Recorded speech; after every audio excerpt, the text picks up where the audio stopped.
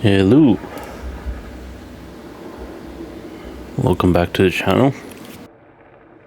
Nixa here. Please remember to like, subscribe, and all that jazz.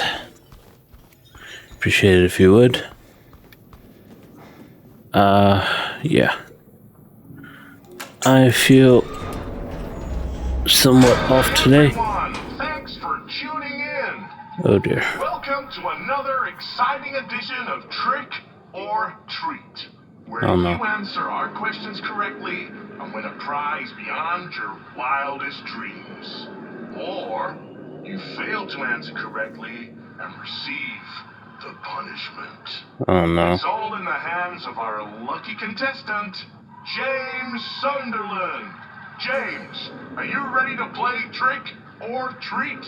Do I have a choice? Here's your first question. In the early 1800s, a terrible disease spread across Silent Hill, I don't know. resulting in the death of many of its inhabitants. Their bodies thrown into the lake to sleep forever in their watery grave. How many souls were lost during the plague? 1, 42, 2, 67, 3, 85. Know the answer? Well, you better hold on to it. You never know when it might come in handy. Now, on to the second question. What? Follow Sanders Street heading east and further on to the outskirts of town.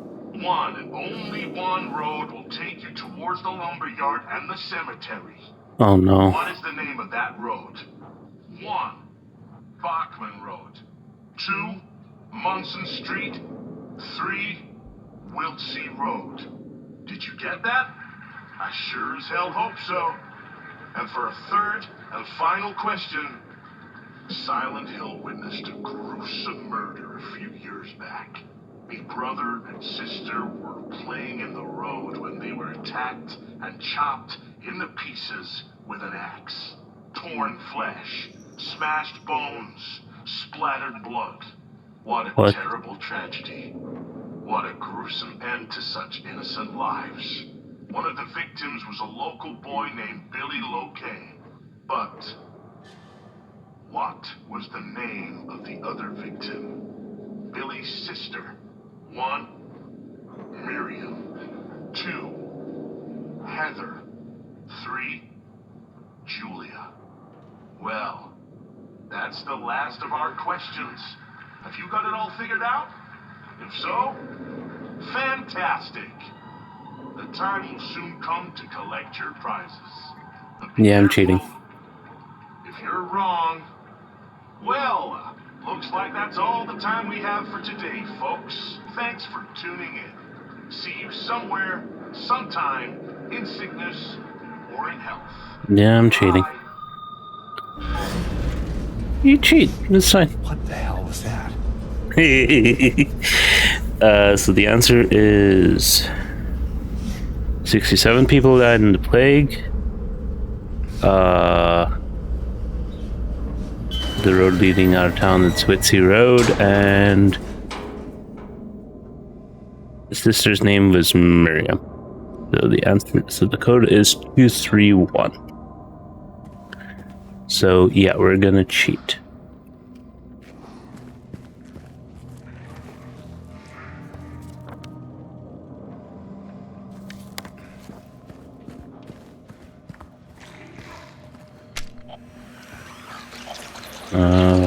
God. I hear things.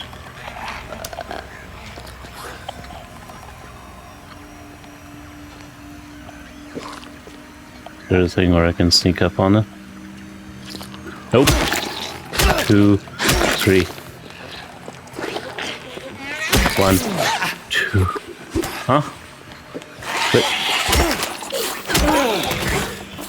How does it slip past me? Like, that's happened more than once. And I'm not a fan of it. With that stupid... Oh!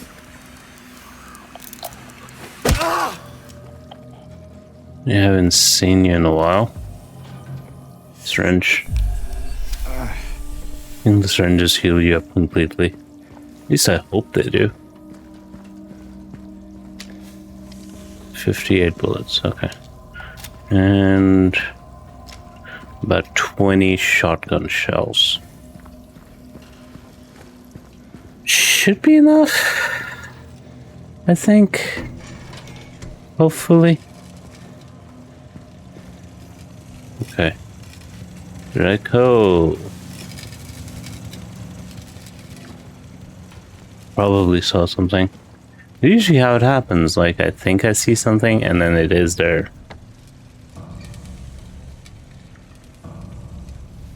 Not yet.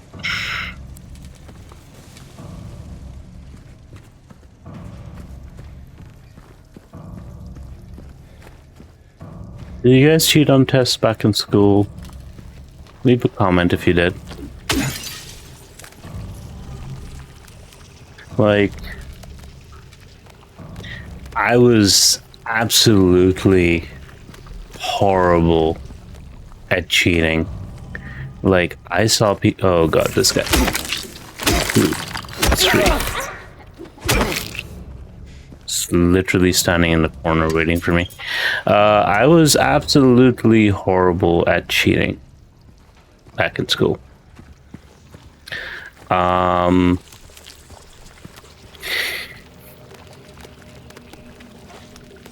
You know how... Okay. My hearing sucks. Like, I don't know if it's because I heard a lot of loud noises when I was a kid.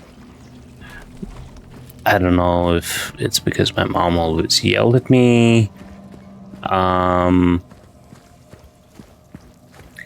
don't know if it's just a thing where, like, I was born with it. But it's like... Kids used to talk during tests in like whispers. Like I can hear normal conversation, fine. I'm alright with that. But every time kids used to whisper, I couldn't hear a thing. And I saw them like, you know, talking to each other, and I was like, are they mouthing like the thing? But no, they were whispering and they could hear each other and they could understand each other, and I was like, yeah, it's just, I couldn't do it. I couldn't do it. I saw a lot of kids doing it. And they did it really skillfully. And I just couldn't do it. It wasn't the thing that I was capable of doing.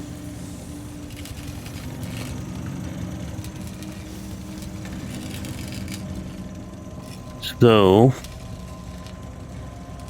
yeah, I had a hard time cheating. Doesn't mean I didn't cheat. I did cheat sometimes. But the way you had to cheat was you had to cheat in a surreptitious. Oh god. Every time. You had to interrupt me while I was telling my story as well. You had to cheat in like a surreptitious way, like you had to do it in a hidden way, obviously, so you wouldn't get caught. And kids got caught. Like, don't get me wrong. Thankfully, I never got caught. And I never stooged on anyone. Not intentionally. At least. I did point to a classmate that was sitting next to me as a joke, where the teacher once asked, "Oh, if you know anyone in class who's like acting unruly, point to them." And I just pointed to a guy I knew who was sitting next to me as a joke, and the teacher took it seriously. Like, I was pointing like as a joke, like even he knew it was a joke, but the teacher took it seriously, and I was like, what the hell? Like, calm down, you know? There's a reason no one's pointing.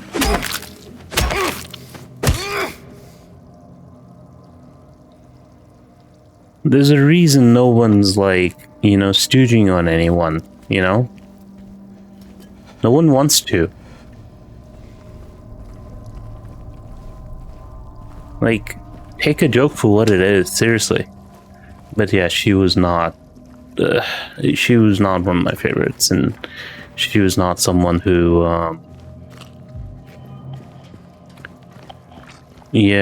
existed in like the realm of normalcy, let's say.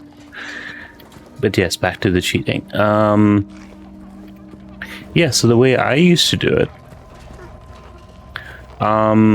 first off, this only works if you've actually studied for your test. And it's a thing where, like, this is more of a, if you want to make sure. It's not a thing where you're gonna, get to do anything, like, major this way. Like, if you do things this way, you will get caught, is all I'm gonna say. Unless you're copying off a really smart person, in which case you could cheese it a little. It's possible. James. Okay. Mary. Oh. I'll stop for a Maria, I bit. thought. Sorry. Anyway, I'm glad you're alive. Anyway? What do you mean, anyway? I was almost killed back there. I have never been so scared in my whole life. All you care about is that dead wife of yours. Yes. You couldn't care less about me, could you? No, I just... Then stay with me. Don't leave me alone again. You're supposed to take care of me. Am I?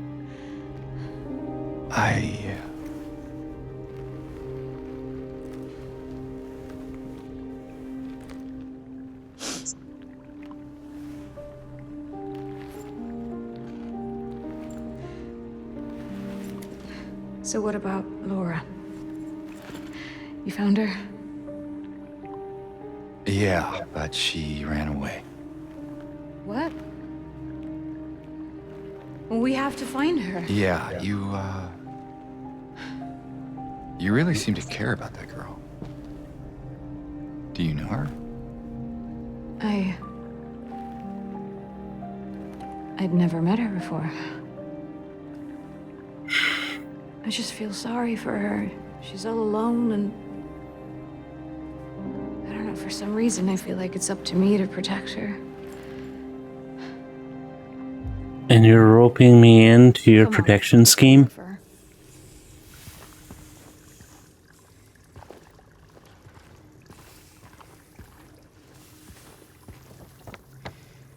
Okay. Anyways, we're back to talking about cheating. Not cheating in relationship sense, cheating in school sense. Yeah, so way you do it, way I used to do it, is first you have to study. Like, this is more, just to get a leg up. Like, if you don't know something and you want to kind of compare notes, as it were, this is literally comparing notes, is you look at the person diagonally to you. You don't ask the person in front of you, you look at the person diagonally to you. Yeah, I know, it's stupid, okay? You don't look at the person behind you, you don't ask the person in front of you, you look at the person diagonally to you. Usually people will not cover their answer sheet with their hands. So you should be able to see what they're writing. That's it. That was the trick I used. It never happened that I copied every answer on someone's test. That would be stupid. That will get you caught. Okay? Just, just check your work a little bit. You know, go through your answers and see if, you know, what they did makes sense with what you did. That's the way I see it.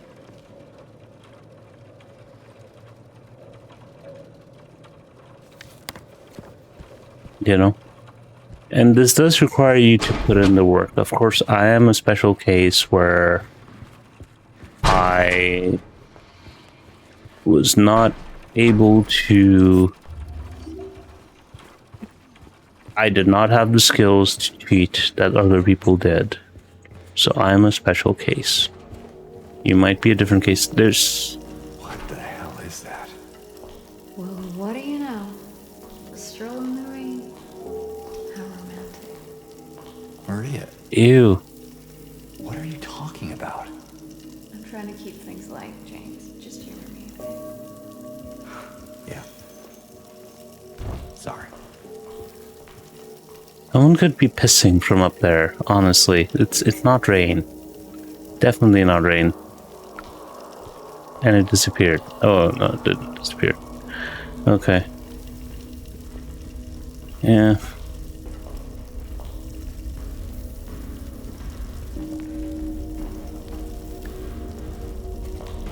Yeah. Sorry if, yeah, just, sorry if it sounded stupid. Sorry if anybody wasn't interested in that. I thought it was interesting. Like, you know, cheating's hard.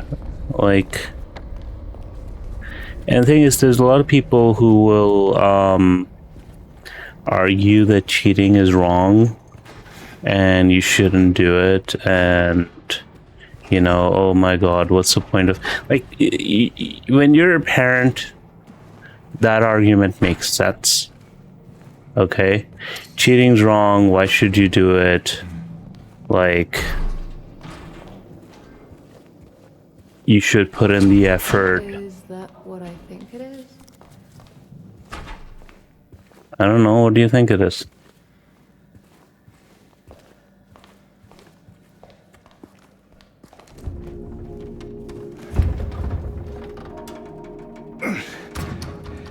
Is it a coffin?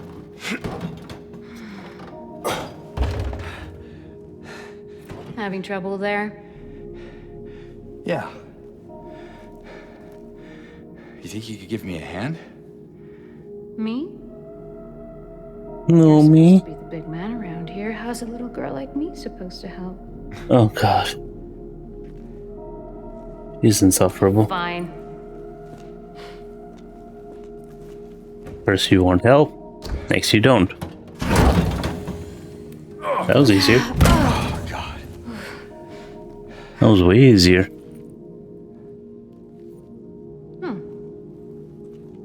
What's this? I would have expected them to struggle a little bit.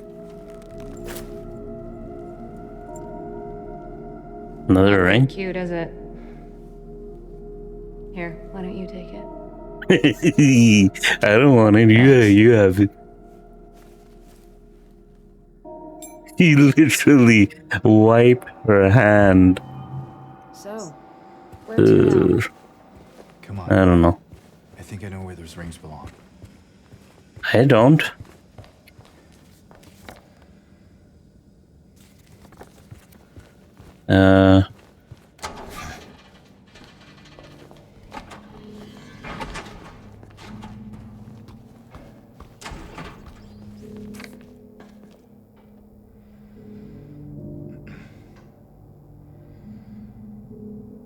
Huh? Will become the diagnosis schedule for them and they'll make recovery as my aim is always for the entire personnel. What? That makes no sense. The sentence structured, okay. Okay, well if it's if it's dissociated, I guess it makes sense. You know, person doesn't know exactly what they're talking about. Like they're thinking of two things at the same time. Okay. So, back to discussion. Oh, okay, there we go. Save point. Back to discussion of cheating.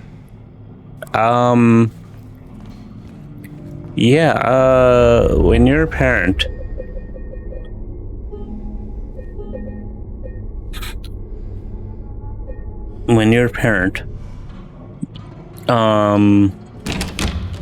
you always make the argument that your child shouldn't cheat. They should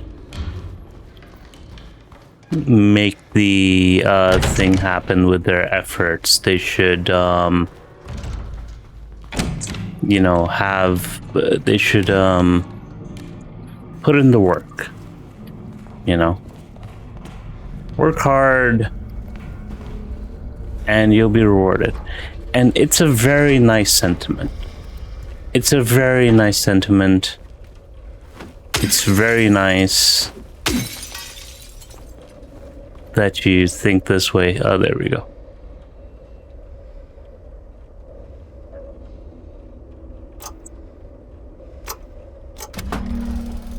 There we go. Cheating helps.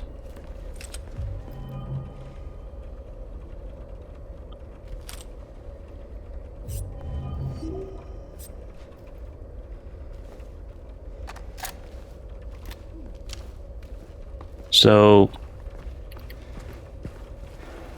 yeah, it's a very nice sentiment when you're a parent that you want your child to work hard. You want them to get to where they should be in life through their own efforts. That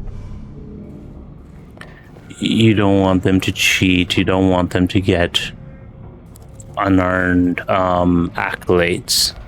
It's a very nice sentiment.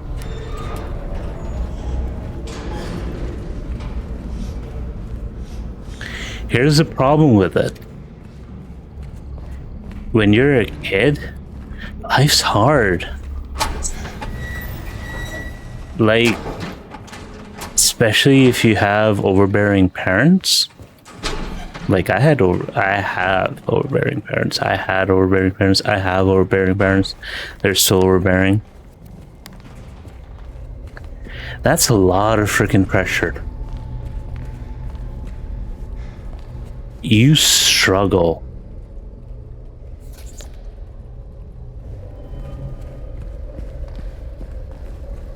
You struggle at life.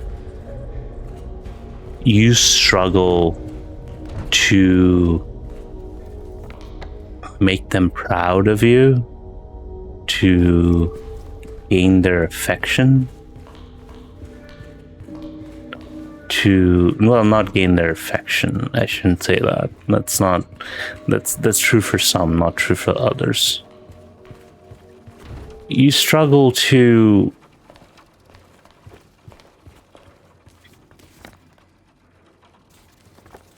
You struggle to feel like you've achieved. Unless you're the type of person who does not give a crap, you struggle to feel like you've met your potential.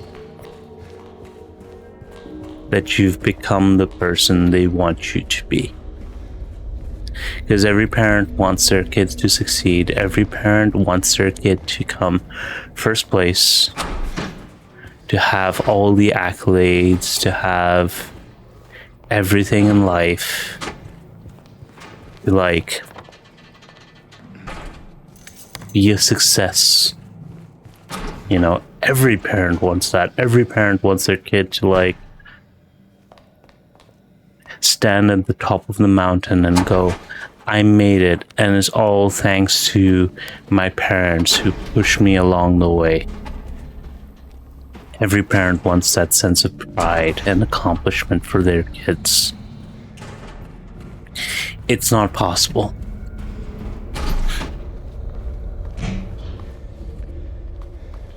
It's not possible.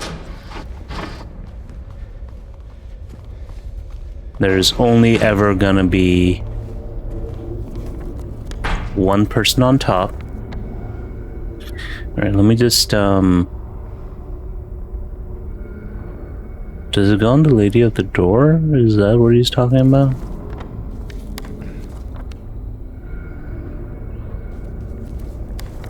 First floor I'm on. So I came up from the second floor. Okay, just check lady of the door, I guess.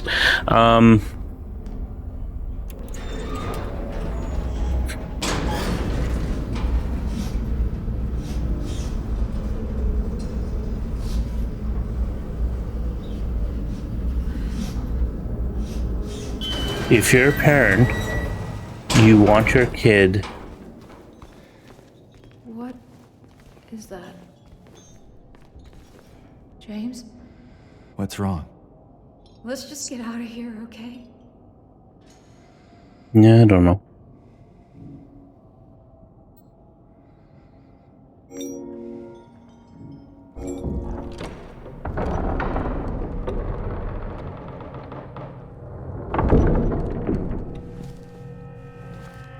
Alright, we'll continue our discussion later.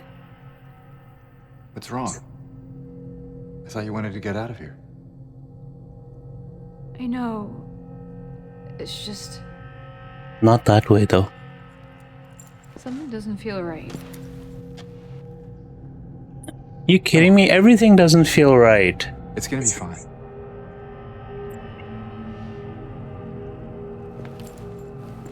It's really not. I have a feeling like she's gonna die.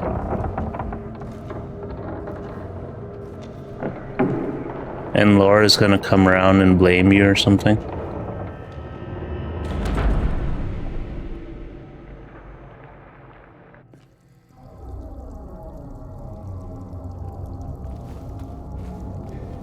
Alright.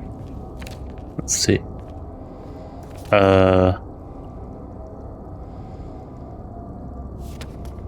Okay. Is it because you're dead?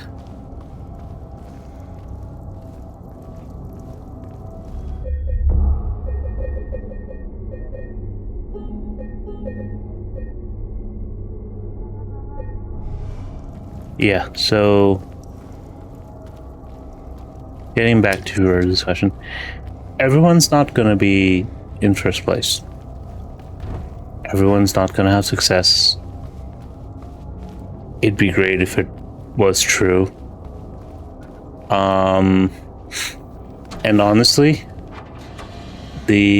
back in the 50s and 60s, the standard of success required to get back in life was not that high. It is higher now. More things are expected of you now. Like,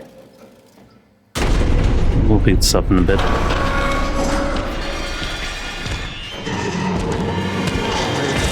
Run! Oh no. Yeah, well, definitely later. Okay. Just run for now. Oh god. How did he get here so fast?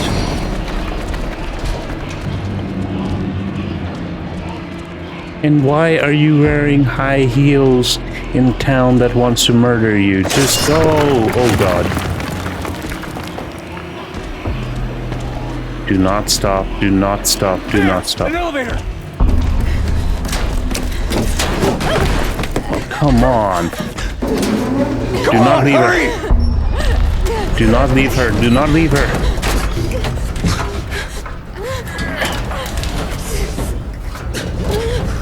Bro, what are you doing?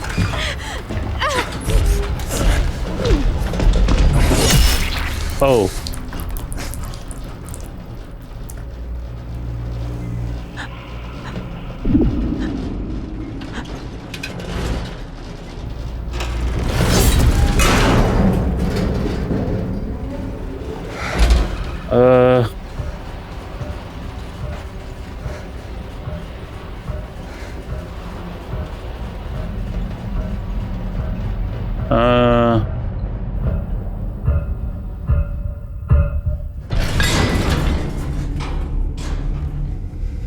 Didn't expect that.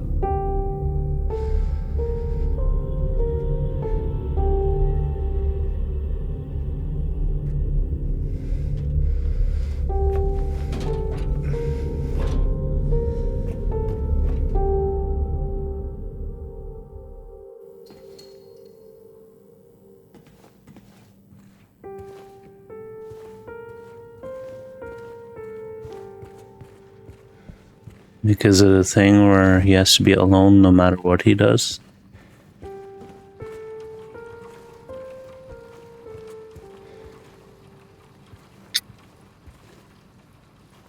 Yeah, that was I didn't expect that. I mean, sure, she was annoying and manipulative, but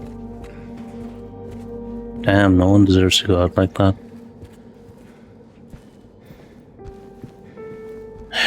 Honestly, I'm not crying. It's just my, I've got a bit of a cold.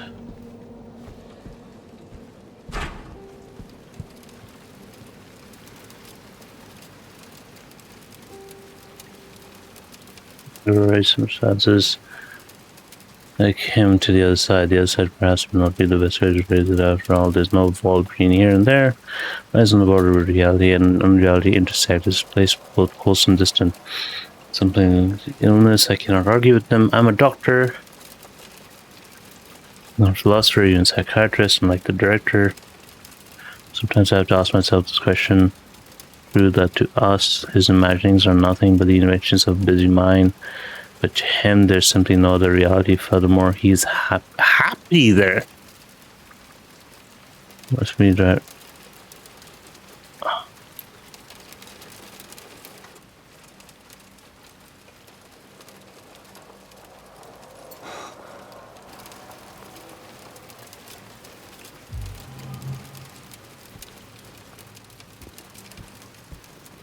Okay.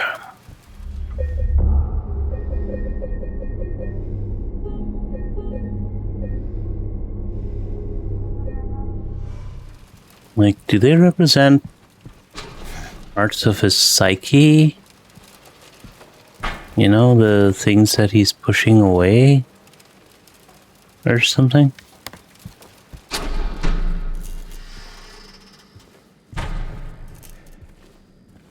Like, Maria could represent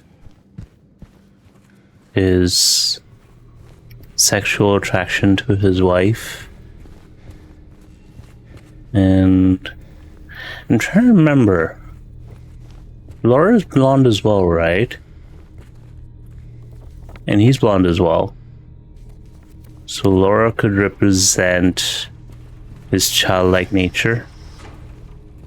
I think he's a bit of a bitch.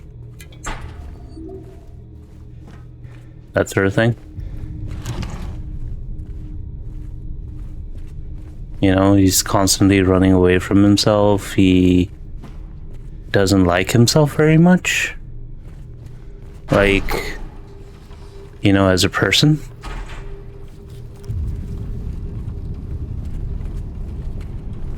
Sorry, I'm just checking all the rooms to see if there's anything I missed. Doesn't like himself as a person. Like, he wants to stay away from himself. How the hell are they ending up here? If this is reality. Like...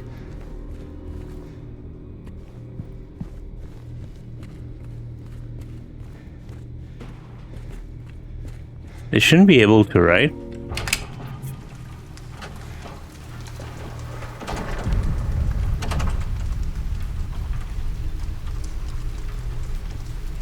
I don't even know where she'd go.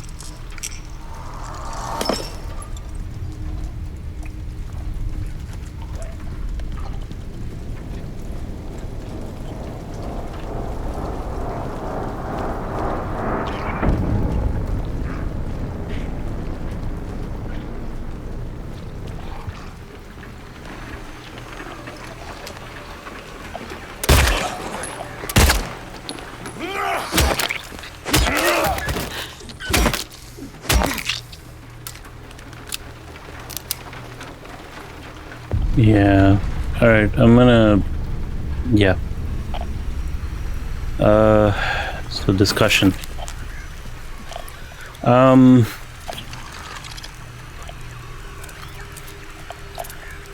mean, I guess we'll try and go back to heaven tonight, maybe. Whoa! What the hell?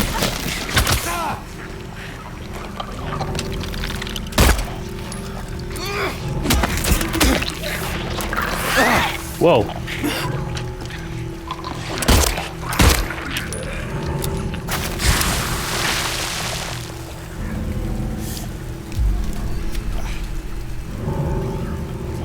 Okay, I did not expect you to come out from nowhere.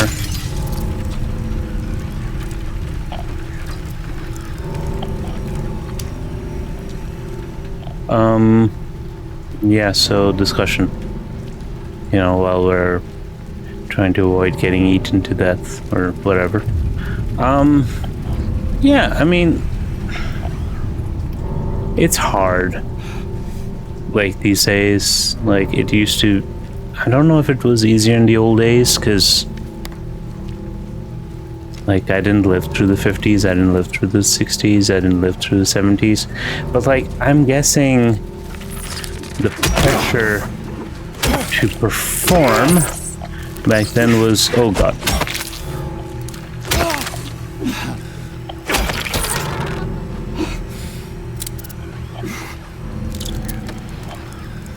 Pressure to perform back then was less than it is now. What? Stupid bug.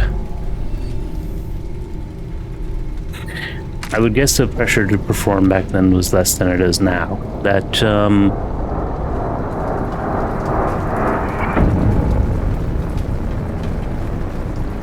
it was a thing where if you were skilled and your skills were in need, you would make more money. But there was also a thing where, like, you could get a job and feed your family and get by in life without struggling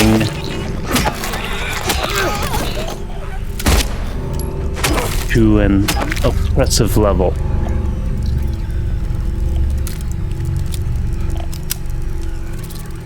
Like, I honestly believe that back in the day, I'm not saying everything was better. Like, let's not kid ourselves. There were a lot of things that were worse.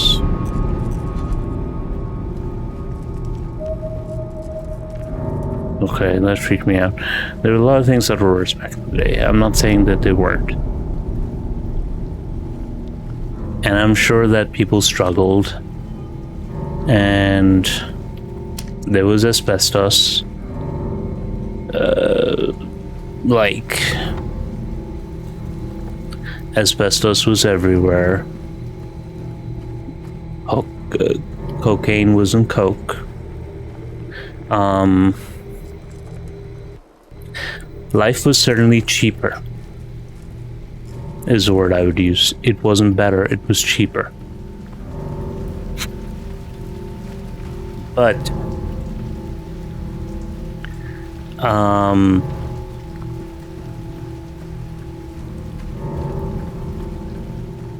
life is even cheaper now. The amount of exploitation of our needs has increased to a point where everything is a struggle. And you're asking these kids to live in that world, to accept it, and in some ways it's their responsibility to make it better. Like, it's no longer our responsibility. We're handing off this world that we messed up to you.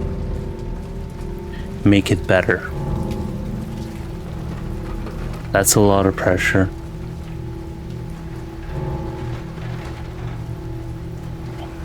And it's not easy to deal with that pressure. And kids who don't know what they're growing into, they'll have an easier time, because they'll stumble their way and they'll think, oh, if I keep trying hard, maybe I'll make it. And some will get lucky.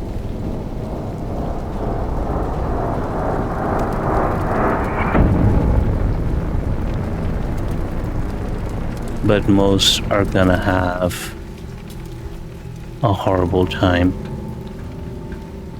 Or 50% will have a horrible time. They'll struggle even more. And god damn it, where am I supposed to go? They'll struggle even more. They'll find it even more difficult.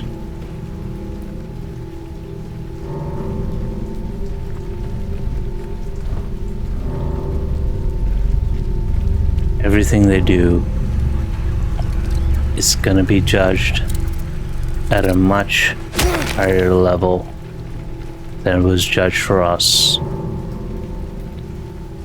And plus, like, especially for kids today,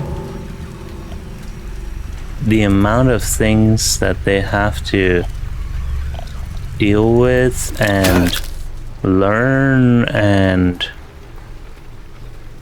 absorb is way more than our day. Like,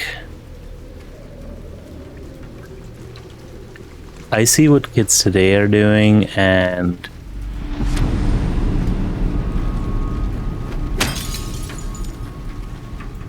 like,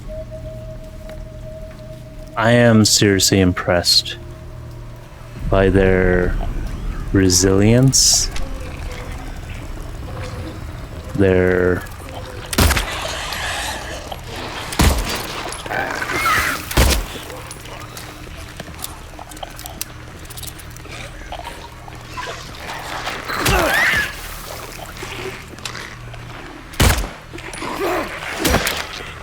ability to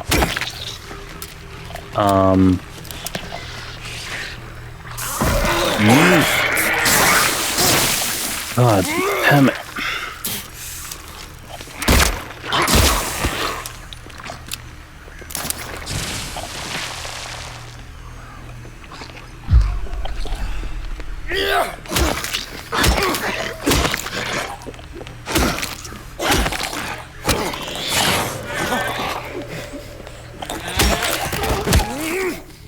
Their ability to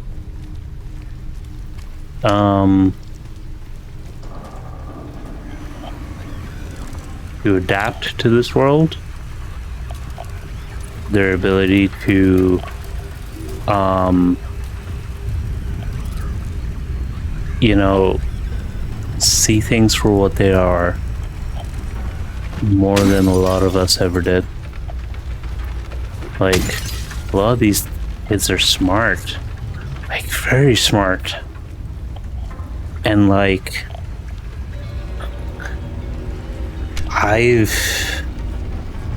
when I was growing up,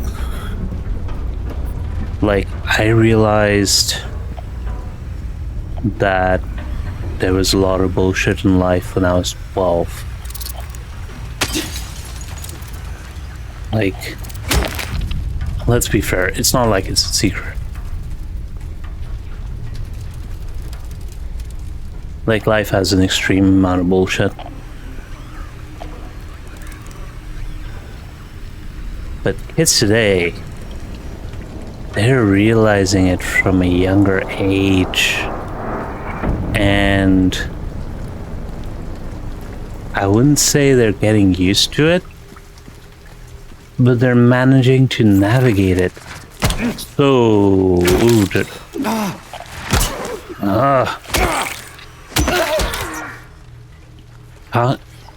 I'm complimenting kids today. Why do you have to interrupt me?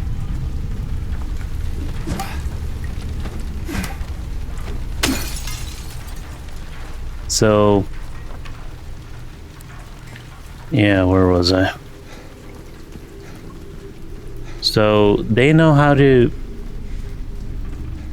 navigate the world way better than people did in my time. Like, I'm not gonna go into how old I am or anything. Like, suffice to say, I'm old enough that I was around when this game came out, and I had a PS2, and I didn't really, and I owned it, but I didn't really play it that much, as much as I should have. I was way more. Whoa. Okay. No, this is the music. I was into different games at the time, and even though I bought it, I never played it. Reasons why I will go into at another time, but yeah, it's impressive. It's impressive. It's impressive even if they don't understand why it's impressive, and even if they don't know what they're doing, it's impressive. And if you're a parent and your kids are like that, give them a hug. Let them know how well they're doing.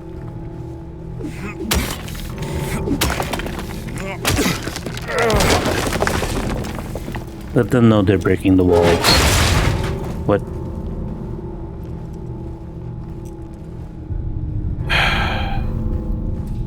Okay. Let them know they're doing well. Let them know you're proud of them for doing as well as they're doing. Give them a hug, give them a kiss on the forehead, and tell them you love them. Laura, stop! It's dangerous!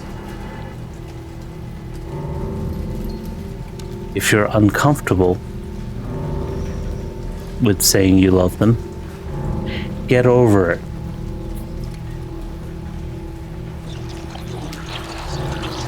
Honestly, I get that might not be the hate you.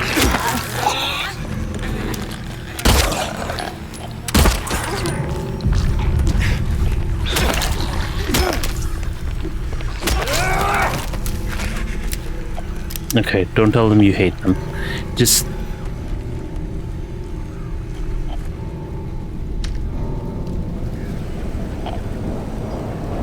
tell them you love them. Tell them you're proud of them for what they've accomplished, for what they've done, for what they've achieved.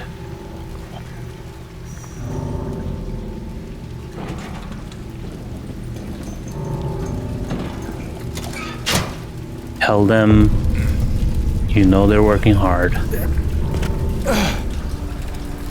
and you know it isn't easy, but you're here for them, and you appreciate that they're working hard.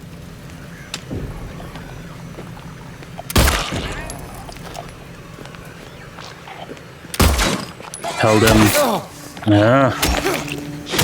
you'll help them as much as they need it.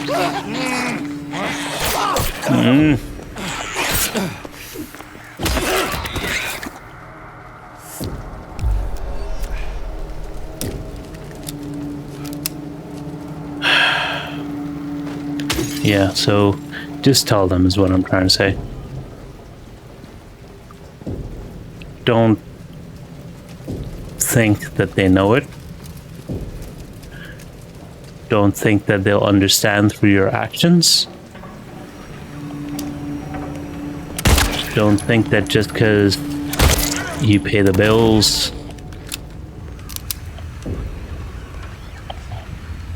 you put food on the table, you know,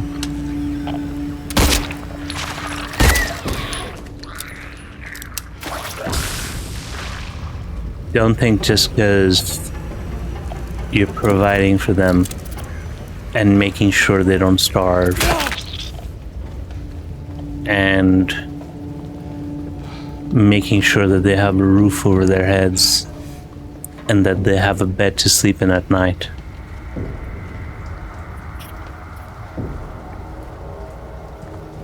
That's the basics.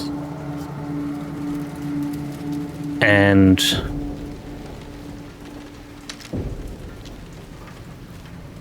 if kids could survive on the basics,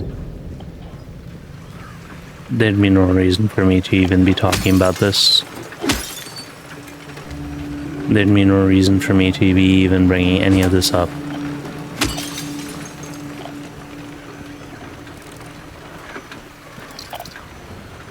Kids don't survive on the basics, they survive on exceptionalism. Be exceptional.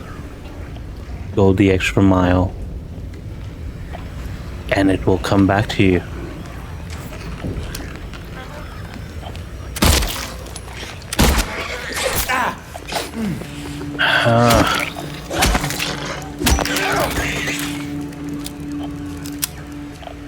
Will it come back to you tenfold? Or even twofold? No.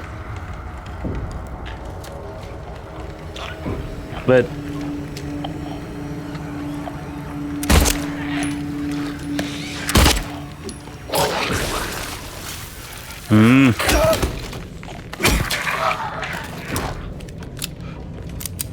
But if you're the type of person who goes, I just want my kids to be happy and healthy, and I want them to live a good life, tell them you love them, tell them you're proud of them. Even if they failed, if they put in the effort, that's the thing. Tell them you're proud of them for putting in the effort. Tell them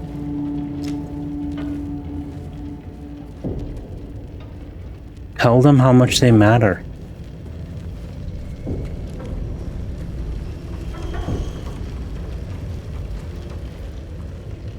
Okay, let's there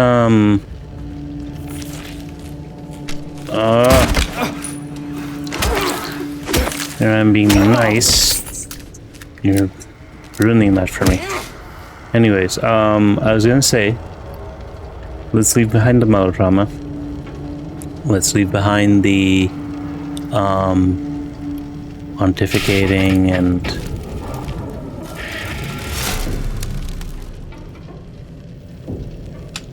me giving you lectures. Let's just keep playing the game and talking about the game as it is.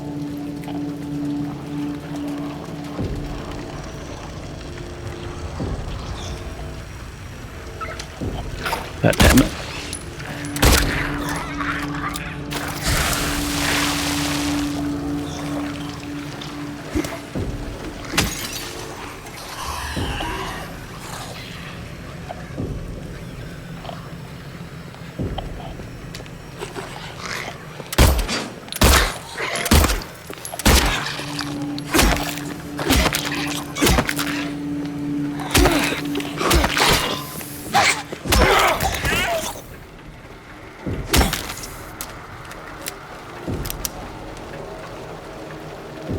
I just have a habit of reloading. Don't mind me. Just don't like it when guns aren't fully loaded. It like gives me this. It's a sense of security when your guns are fully loaded. It's like I can. Oh God. Yes, I know I shouldn't have security because these guys, but yeah.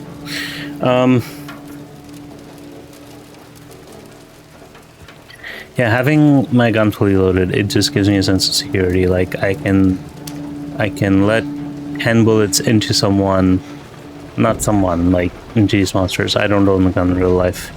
I can unload a gun into one of these monsters and I don't need to worry about being out of ammo anytime soon. Like I can be secure in the fact that I can put 10 bullets into something.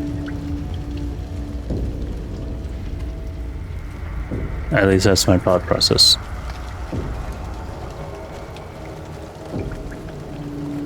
Maybe also because it's a light combat playthrough. Focus more on story and on the talkie segments. It just, yeah. Like, I'm not a guy who does this stuff well. So I need that extra bit of security.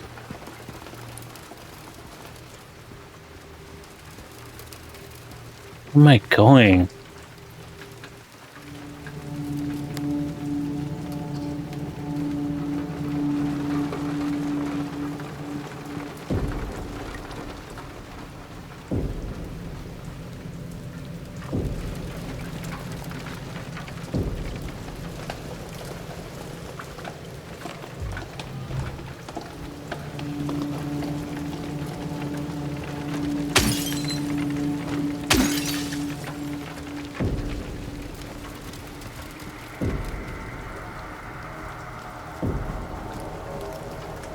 Okay. Definitely not going to the left.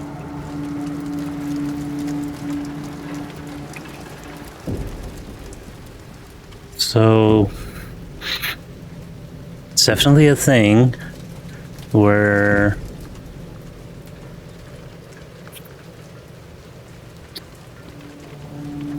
he's fully immersed now in this reality. And Laura, please, wait!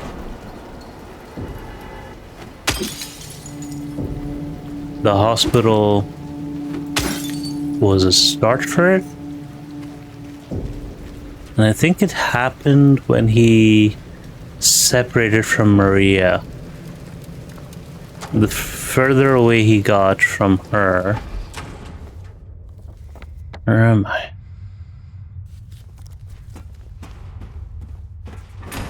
The more he descended into wherever this is.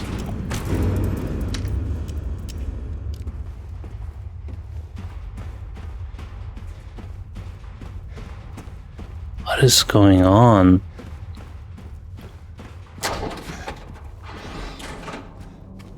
Laura? Where did she go?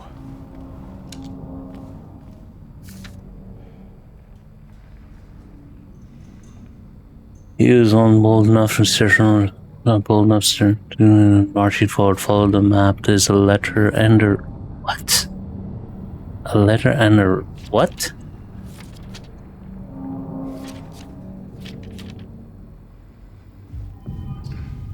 A letter and a wrench. There's no wrench.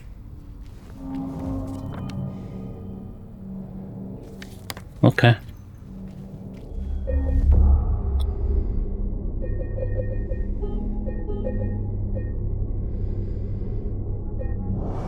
I'm guessing Laura is his last vestige of humanity or sanity. And even within, like, this hellscape, he's chasing after it?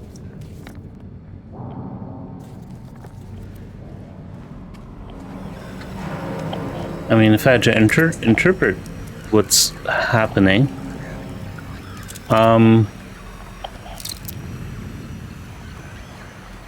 that would seem to be it.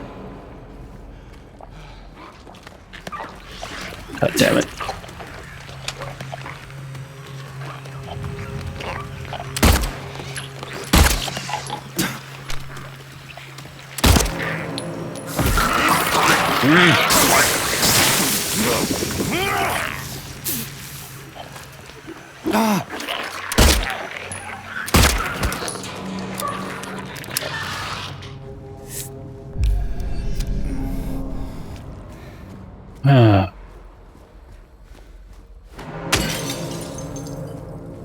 Oh, sanity is overrated, I guess. Yeah, I'm guessing that Laura is...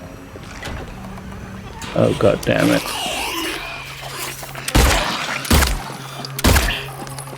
Lost vestige of his sanity that he's desperately trying to hold on to. And... I don't think it's a thing where Laura is running. Oh god, what?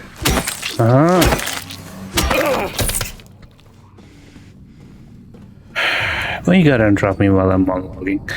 I was gonna say, I don't think it's a thing that Laura is running away from him because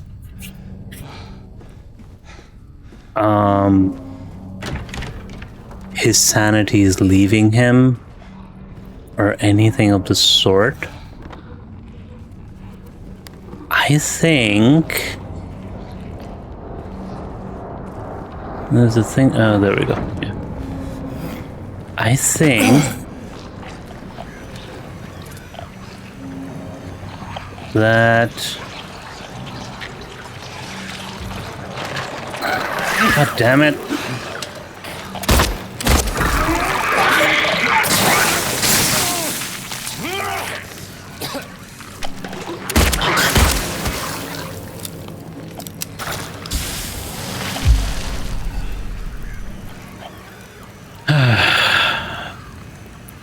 I think the fact of Laura running away is that is his sanity trying to preserve itself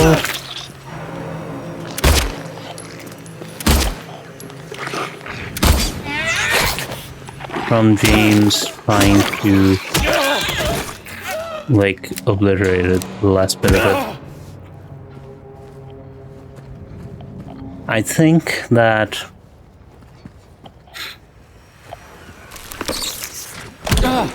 God damn it.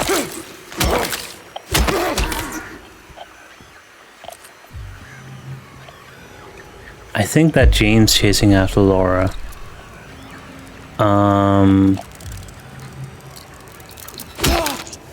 is inevitably the thing that would lead to Laura's death.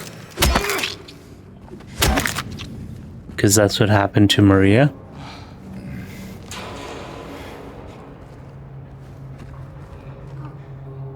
I think that's also one of the reasons why Laura doesn't want to be around James, because she knows, like, she tried to tell him, don't lash out at me, don't be angry at me. And even in that situation, the second Laura tried to push him into a sense of reality, or as real as this place can be, I suppose, I don't know, or tried to like give him any sense of normalcy where Mary still exists within his mind. She still leaves him letters in his mind, even if she's not real. Like, because James is like, she's dead, and I'm going insane, and that's okay. I'm okay with that because that means I can search for her in this hellscape, which gets ever worse, makes everything horrible. But I'm okay with that because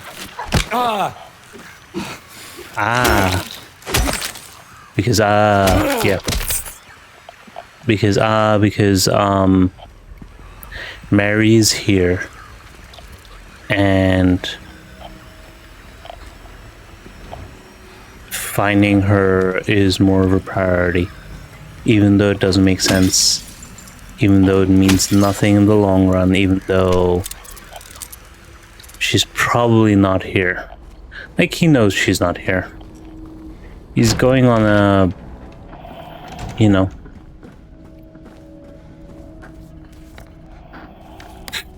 he's basically pushing forward because what else can he do? Like, it's a thing, like, You can also see him when he stares into the paper, like from earlier. He's used to it now. If you really want to see Mary, you should just... Yeah, that makes sense, yeah.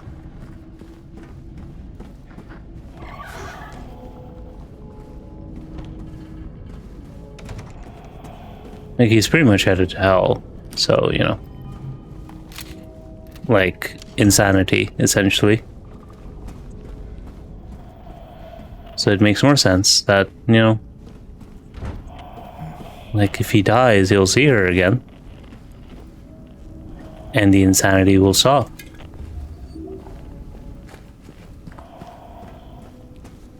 Like, this world is in his mind, well, not obviously, like, but you know what I mean. This world is a product of his God damn it.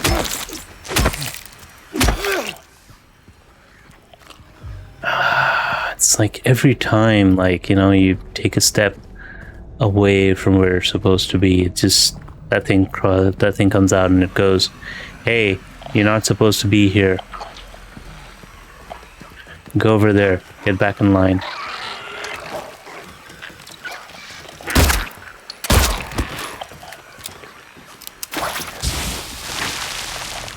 That, of course, that thing, if I had to guess, is, that thing is his emotions gushing forth. The agony, sadness, the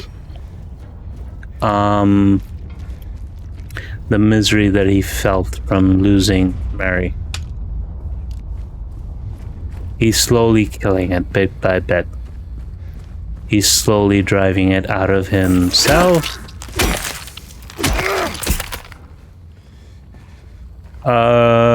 Mannequin without any arms or legs. Helplessness, maybe? Helplessness at every corner. And it's a thing where, like, every time you try and do something, it gets in the way. You feel helpless.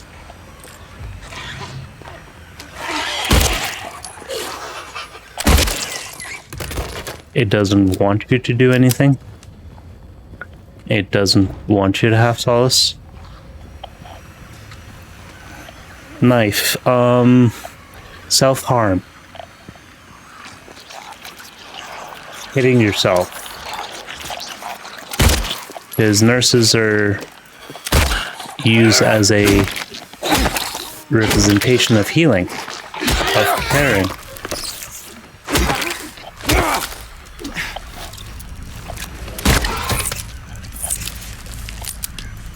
Like, nurses are like things that make you better.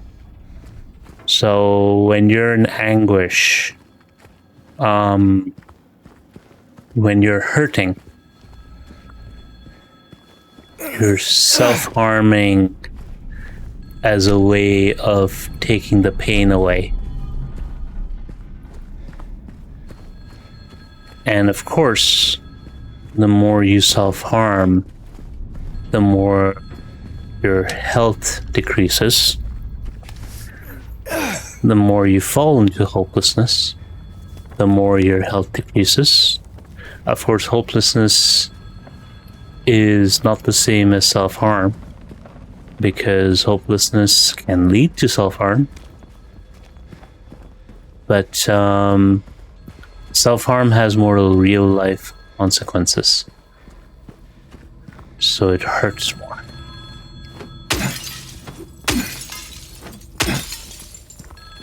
And we got a phone here. Just probably a sanity calling, maybe? Part of them telling him. Hello?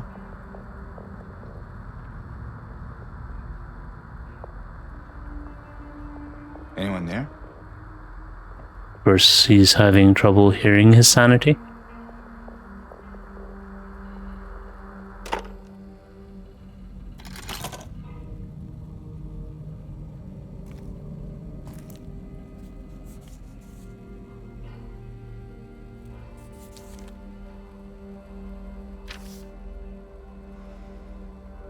Perhaps you are fooled. The truth usually betrays people. You should know the key is in the park.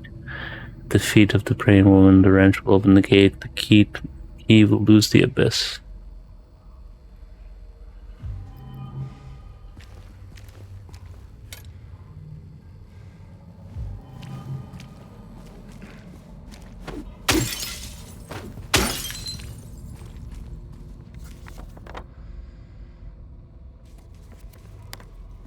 So that's his sanity telling him, if you want to give up, this is the easiest way.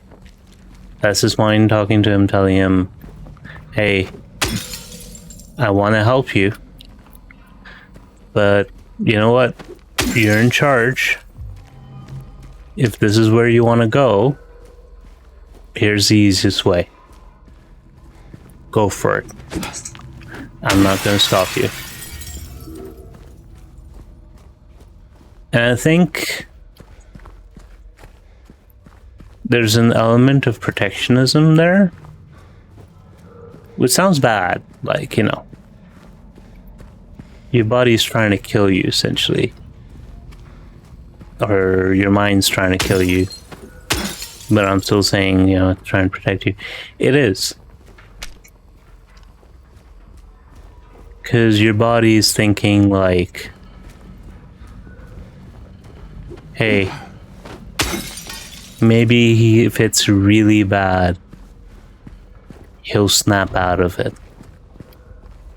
So let's give him everything and hope he realizes what's wrong.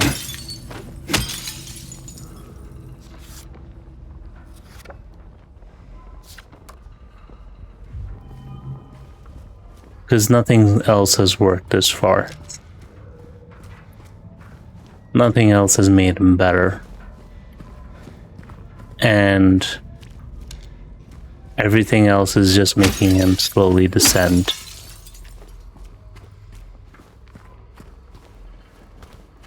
And look,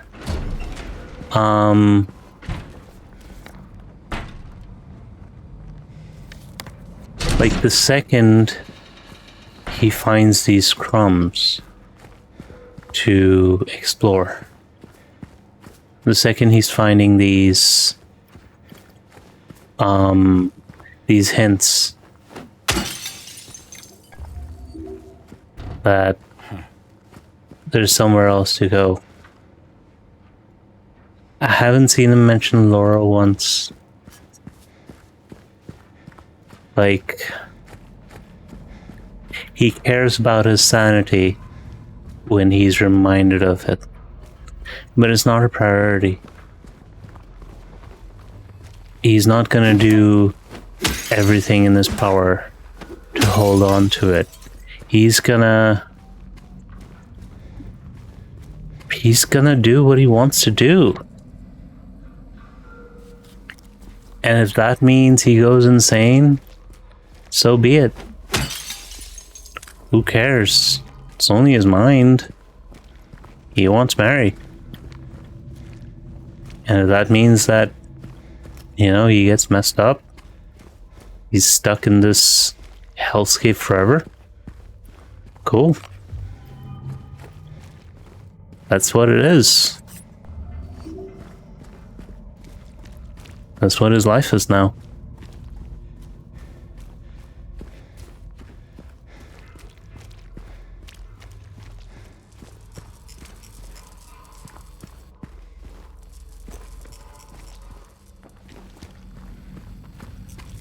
So now the only question is, how deep is he gonna go before he finds a way out? Oh, that's shaking. It's moving. It's not just the wind, it's the words moving. That's freaky.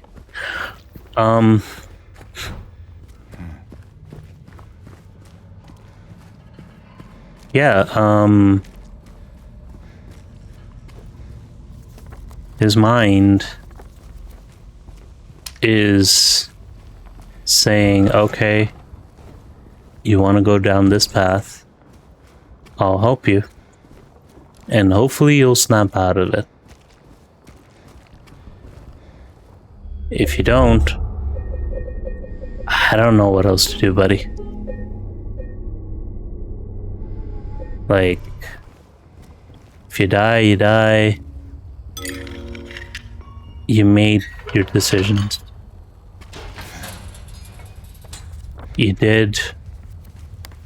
You went out doing what you wanted.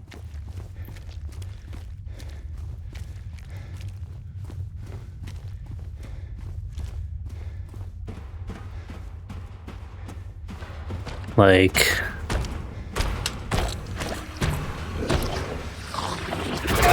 whoa.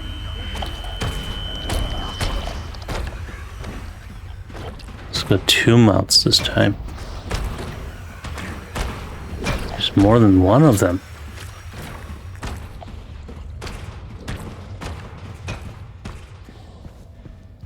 So I'm guessing... Okay. So I'm guessing that represents overstimulation? Like... when you get trapped in a numb state, especially if you've been so numb that you've been pushing away everything around you.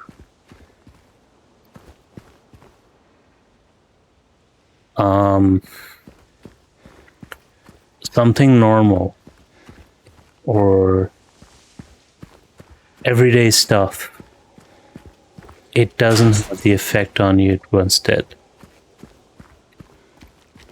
But if you hear a loud noise or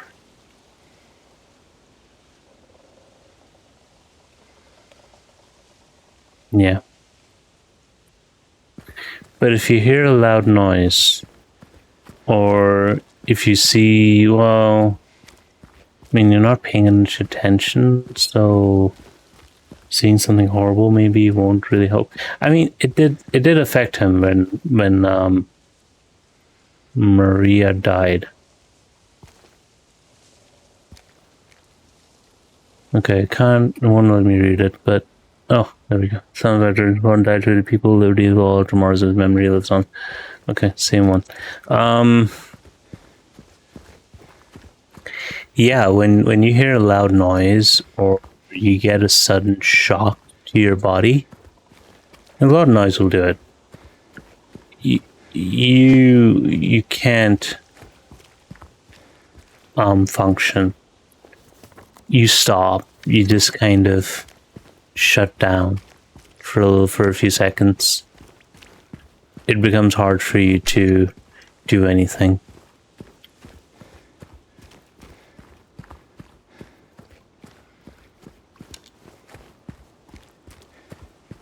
So Mary died. Oh, there she is. I was wondering where she went.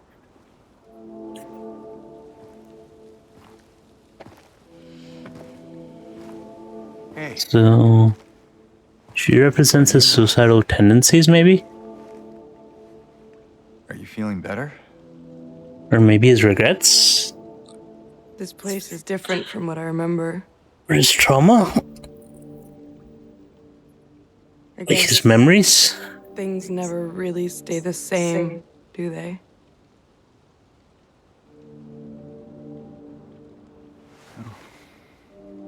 I guess not.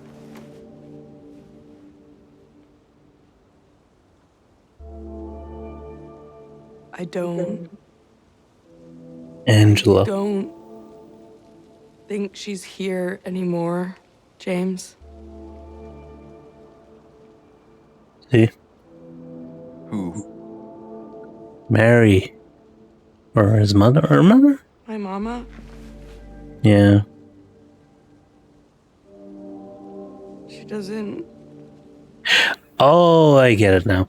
Okay. Alright, I understand what she is. Anymore. Why would you think that?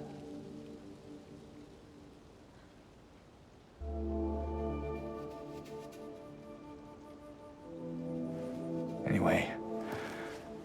I'm happy He to see you. represents the comfort of his memories. Happy to see me? Alive. I mean, Oh.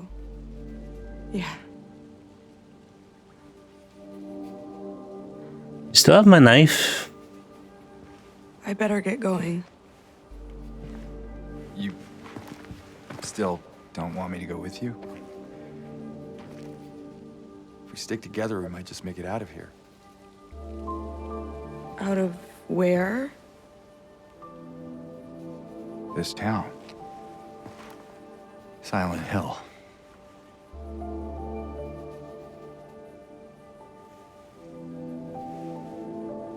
No, it's fine. Yeah. Okay. You can't live in your memories. You didn't happen to see a little girl around here, did you? And forgetting your memories is really hard. It's nearly impossible. You can't little girl. kill your memories either. Yeah, Angela? Are you alright? Angela? No, Hmm? please. What? You shouldn't be here. Huh? Angela, it's okay. No, don't touch me!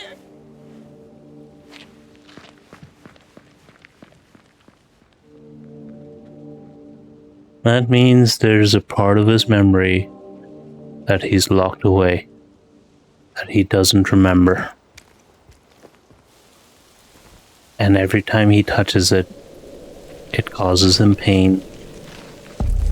And it shuts off immediately.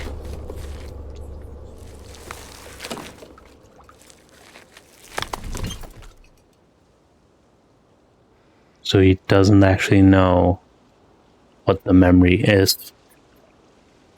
My patient buried it here. I knew but did nothing. It made me uneasy to have such a thing near. Wasn't looking for the truth, I was looking for tranquility. Also saw that thing, I fled, but the old society was sealed. No one dares to approach that place. I now offer you a key if you do not wish to stop James. Okay, that's ominous. Historical Society key.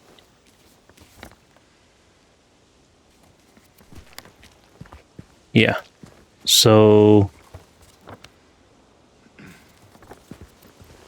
where would the Historical Society be? Okay, alright.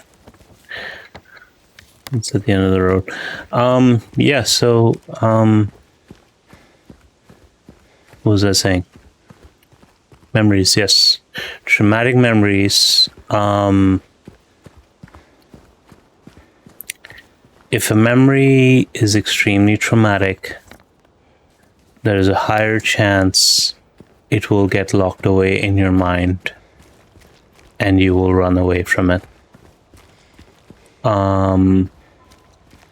It's also one of the reasons why Angela never wants to travel with James.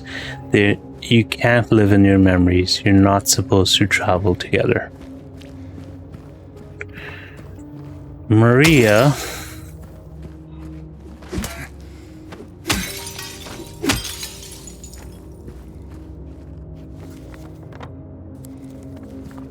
okay, leaving aside the jokes that I made about him being gay, Maria probably represents his sexual attraction to Mary. Like,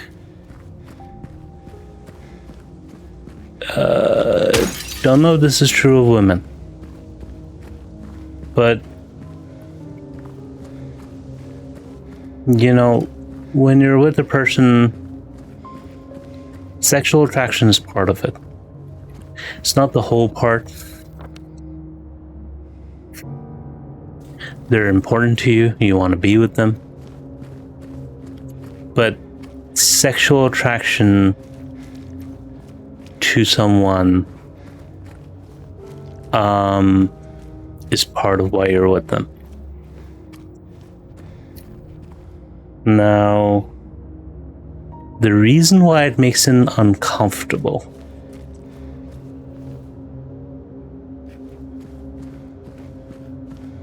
is because Mary is dead. It's not that it's some other person being sexually attracted to him. Although, yeah, okay. Within the realm of reality, you can say that's what it is.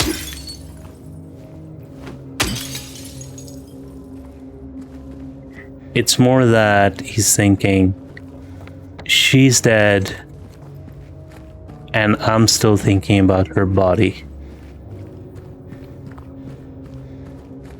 I'm still thinking about how she made me feel sexually.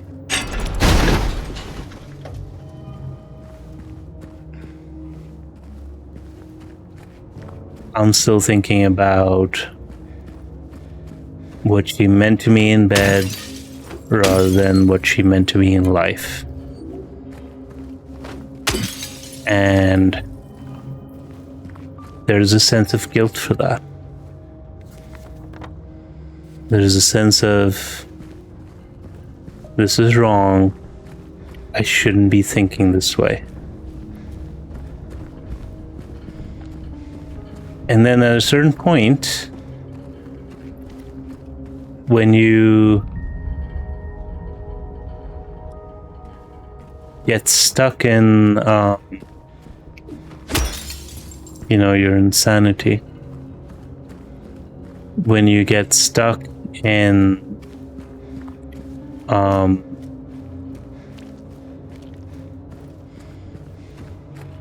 when you get stuck in a loop where you're losing your mind,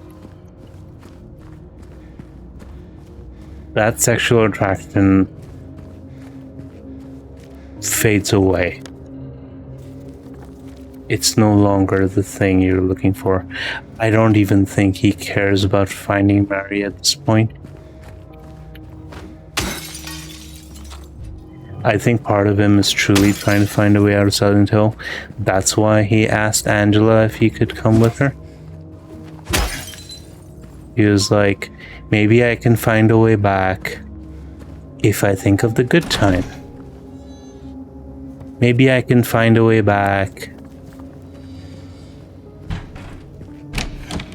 if I remember how good it used to be. Maybe I can find a way back if I just think of the good memories. But that doesn't work. It will make you feel better for a little while. But the trauma always comes back. The bad memories always come back. That feeling of hopelessness doesn't go away just because you felt better for a few seconds.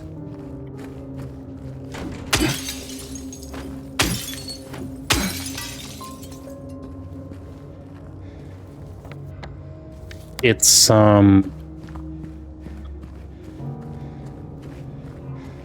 the closest thing I can think of to learning trauma. You learn to be hopeless. You learn to live within your traumatic feelings. You learn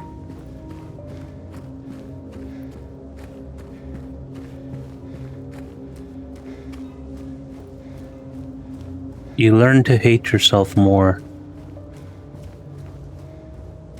You learn to kill off the parts of you that make you human,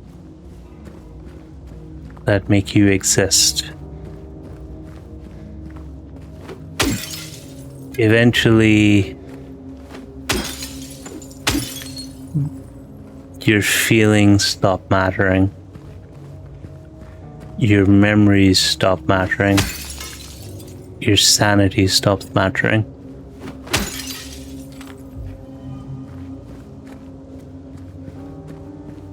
And all you're doing is hurtling deeper and deeper into the insanity that you were originally running away from.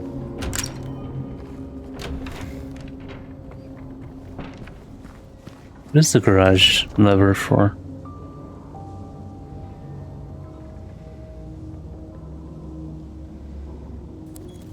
Yeah, I'm not gonna leave that. I'm gonna check out what it is, because it's for something.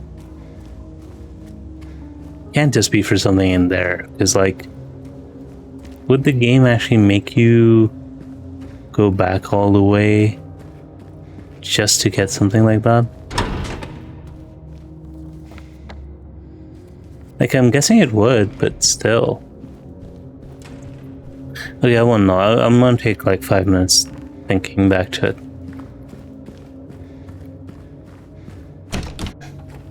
I'm gonna take like 5 minutes to look back on the stuff, if I missed anything, etc., etc.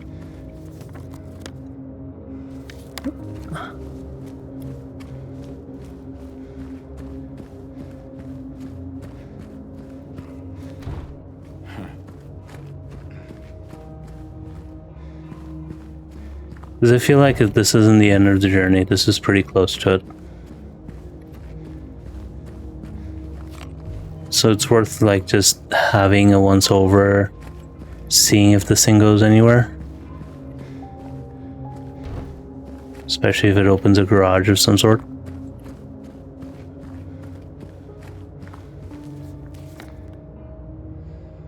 Alright, let's just check the one behind this one.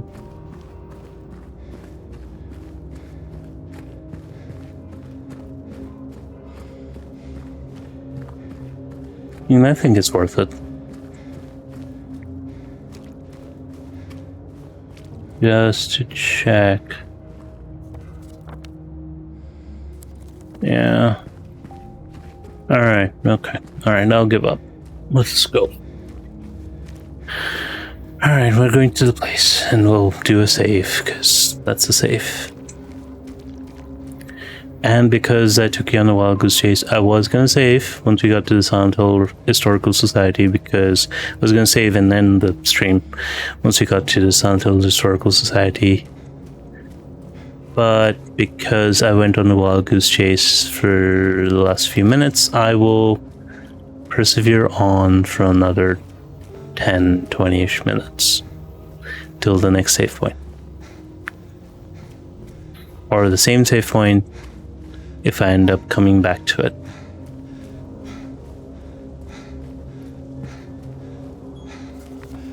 But towards that end, is there anything here? Could I just leave?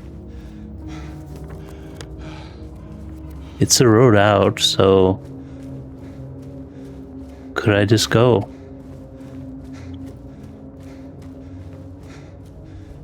Rather than I can leave by not leaving, I can only leave by not leaving.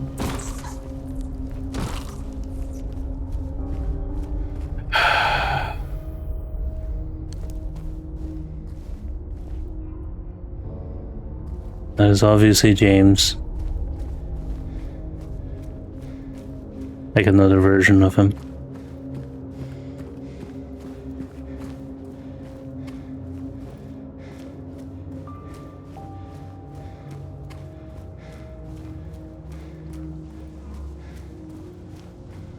Which means a part of him tried to leave and he couldn't. When he says, I can only leave by not leaving, that's another thing where it's like, you can't just abandon the hurt, the insanity that you're going through. You can only leave it by going through it, by experiencing it, by accepting it,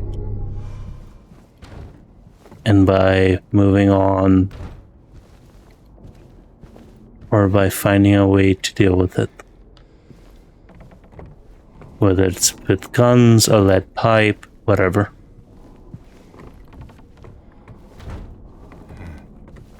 It's just the way it is.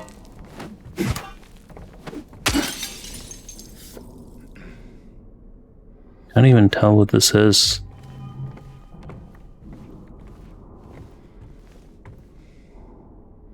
Little Baroness, maiden voyage of 1916.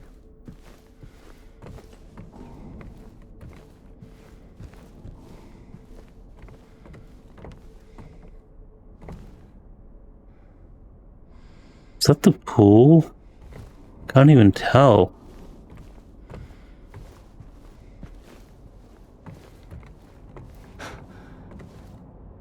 Oh. Or is he? It's him. It's who? Oh.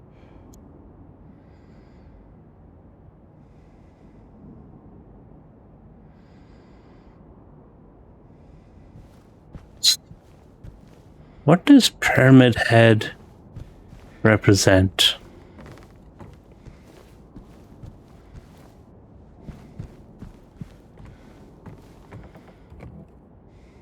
Alan Smith, Stalin Gates. Well, that would be an indication that he can't remember when things were normal. Because if you look at the painting, it's a thing of before everything happened, before people came, before, like, he can't remember when things were normal. This Pyramid Head, I think, if I had to guess what the representation of his psyche is, it's probably the part of him that hates everything, that wants to destroy everything. Oh, that's long. Among local legends is that Lady of the Light story tells of a woman who is accused, found guilty of witchcraft. Punishment: she is taken to a small island out on the lake Minskill. One from a shelter. There was a young man. Oh yeah, I've heard that story. The body of even whispered cloud. Young man said, "No, no, in space." Light and darkness near him beloved, however, moon shone so bright and surrounding cannon seen like reflection in water. Wait, on that line, moon so bright and vibrant, surrounding cannon good. Wait, what? Following the reflecting light, hoping and hoping to reach it, not care.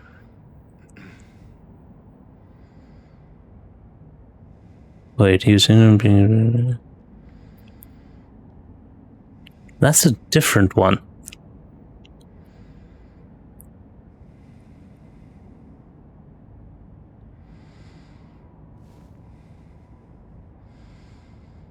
Such as that of what?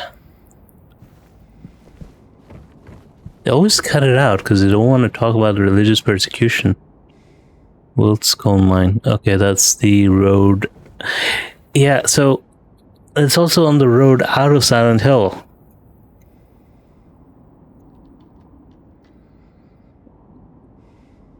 So everything, work, like, you know, everyday life, that's outside of this place.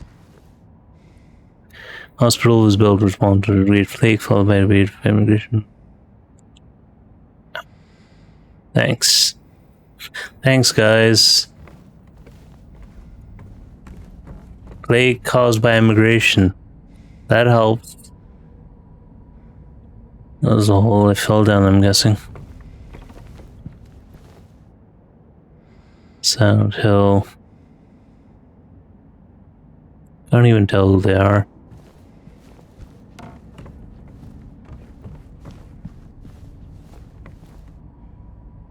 Former direct. No name. I'm guessing the people he's seeing are people that he knows in real life. But okay. Going into the dark. I was gonna say, I'm guessing some of the faces he sees are people he knows in real life. And the reason why it's mirrored is, like, if you try and remember someone who you don't know that well, That's how their face looks to you in your mind. You know? I'm guessing he was in a mental institution at a certain point looking for help. And he doesn't remember any of the staff there, but he remembers the director. But he doesn't remember his name.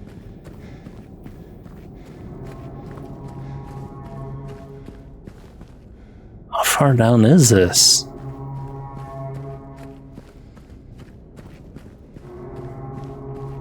Should I go back up?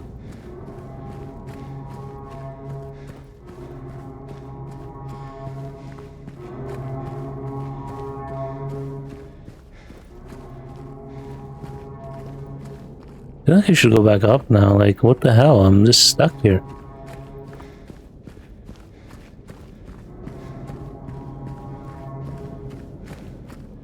Oh, apparently it's just supposed to keep going, I guess. I don't know.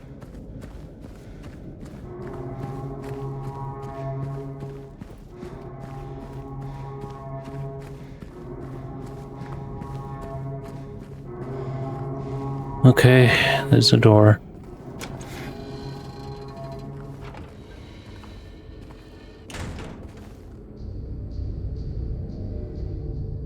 Prisoner.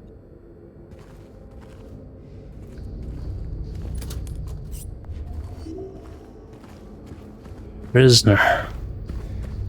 No longer patient, but prisoner. So this is the point where he's trapped.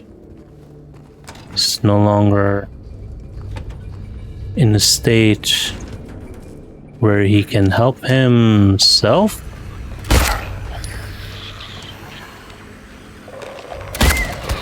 He's literally trapped within his insanity.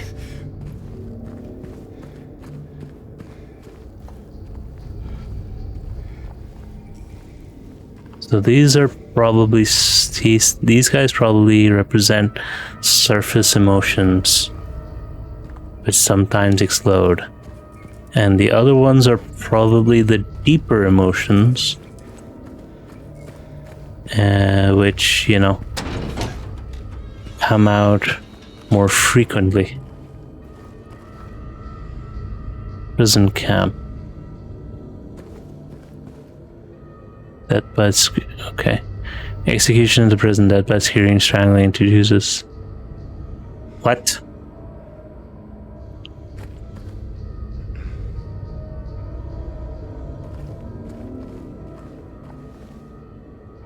Crimson and white banquet for the god. Oh, this place. Okay. We've gone straight from religious symbolism to Ku Klux Klan territory. I think that's part of the reason why they talked about immigrants bringing disease. It's the whole Nazi propaganda thing.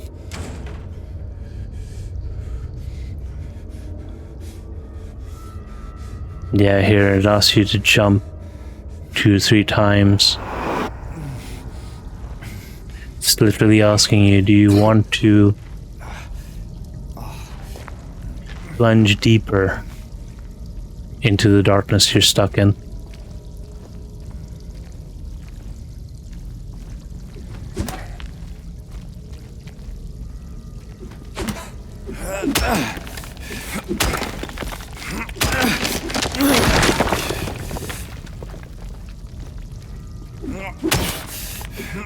Once you plunge,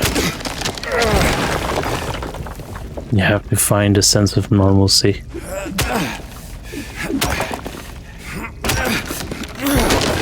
You look for it in every direction, hoping you find it.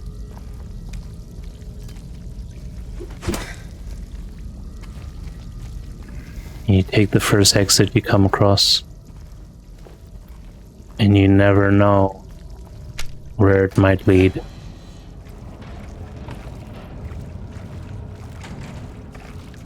You're just knee deep in shit. I was gonna say, you're knee deep in your pain and your suffering. There's one down there, isn't there?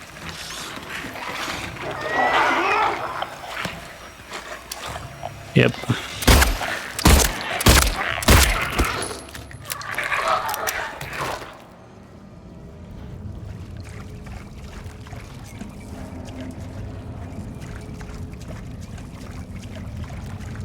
Emotions trapped underneath the surface. Underneath the pain and suffering that you feel. Underneath all the guilt. All the madness. That's where your emotions live. When you go deeper. You don't even feel them anymore. And when they come out, they hurt. So you kill them.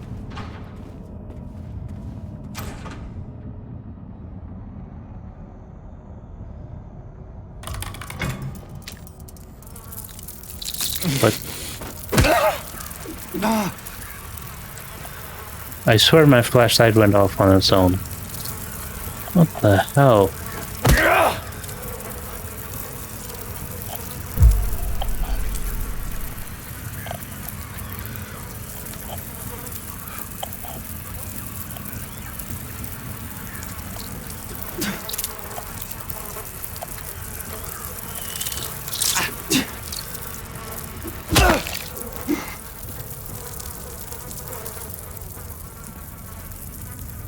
Okay,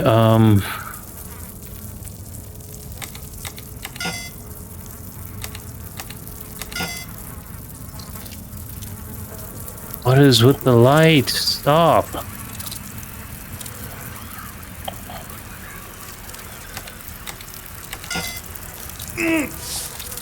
The hell?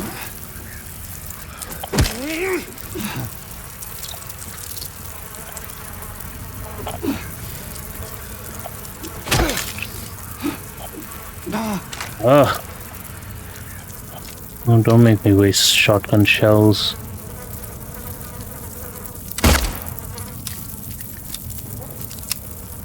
I wasted bullets too, but...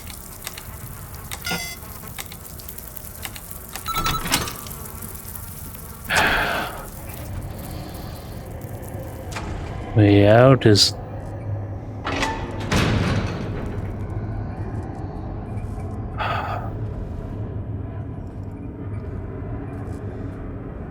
Of course you go deeper. Into the hell you've created for yourself.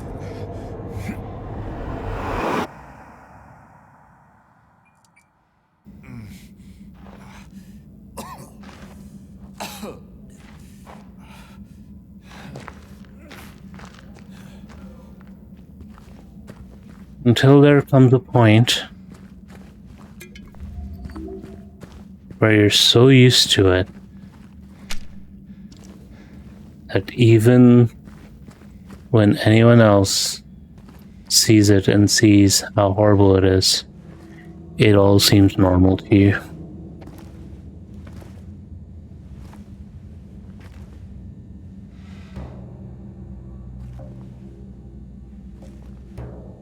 Ain't no big deal. Huh? Just put the gun to their head and What does he represent? His gluttony? hi, James. What happened here? Who was that? His need for more? I don't know. It just came at me. From a sitting position? Okay. So he attacked you. And you shot him. Yeah. Yeah, that's right. He made me do it. Okay, calm down, Eddie. Any idea why he would do that? Or is... He came out of nowhere. Tried sneaking up on me in the dark. Could be a I heard spell that footsteps, needs... so I turned back and he was right there. Oh, that's the bit where he lies to himself. Wanted to hurt you. It's a part of him that lies to himself. Yeah, I mean, the way he looked at me, I just had to do it. He looked at you? I thought you said he came at you. Yeah, I mean, hey, I could see it in his eyes. His eyes. Part that lies to yourself is first scared, and then it hopes, and then it lies. I told him not to, but he didn't listen. It lies and tells you things You can't. at first that you want to hear, You can't just kill someone because the way they looked at you. and then things that don't make sense. So you stop listening to that too. The bit that made you feel better, it doesn't make sense anymore. You should see your face, James. I was just joking. The guy was dead when I got here. I got you, didn't I? Well, anyway, I better get going. Yeah. You're gonna go out there alone? Yeah. And again, you can try and lie to yourself all the time, but it doesn't always work. Sometimes you have to accept the truths. And you can't live in a lie like more than a few minutes or seconds at a time. At least normal people don't. At least, I mean, well, not normal people. Actually, I'd say more people within the, you know, people struggling with their mental health. They can't lie to themselves more. Just prisoners.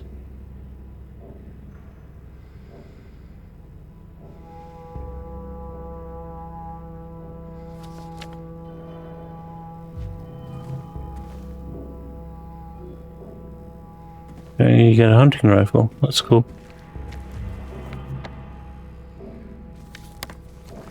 Okay, I think this is a good place to leave off.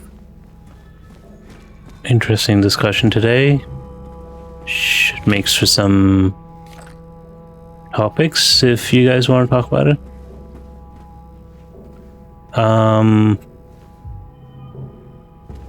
Let me see how many rifle bullets I got. Yeah. Show me how many bullets I got. I'm waiting for that. Handgun ammo 5, yeah. Rifle bullets 2? It's a box of 20. Anyways, stop there for now. Thank you very much for watching. I appreciate it. Yeah, appreciate it if you leave a comment. Appreciate it if you like to subscribe. Appreciate it if you let me know what else you'd like to see on the channel. Yeah. Thank you for watching, and see you guys next time. Stexa signing off.